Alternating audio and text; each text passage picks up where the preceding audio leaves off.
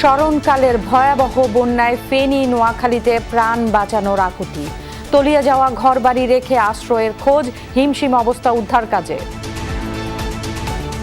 আমার বয়সে তো আমি আর কোনোদিন দেখিনি এইরকম ঘটনা। থাকার কোনো ব্যবস্থা নাই, খুব করুণ অবস্থা বাড়িতে, গলা পর্যন্ত পানি উঠে গেছে, পরিস্থিতি খুবই খারাপ।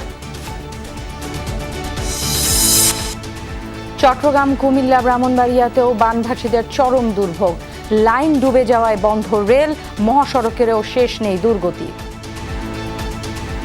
রাস্তাঘাটের স্ট্রাকচার অনেক নষ্ট হয়ে গেছে, আমরা খুব অসহায় অবস্থা আছি। কয় নদীর পানি বৃদ্ধি পাওয়ার কারণে রেল চলাচল অবস্থা কর্তৃপক্ষের নির্দেশে বন্ধ আছে।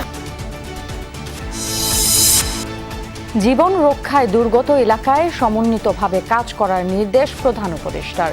উচ্চতার কারণে বাঁধ উপচে পানি এসেছে, ব্যাখ্যা ভারতীয় হাইকমিশনারের।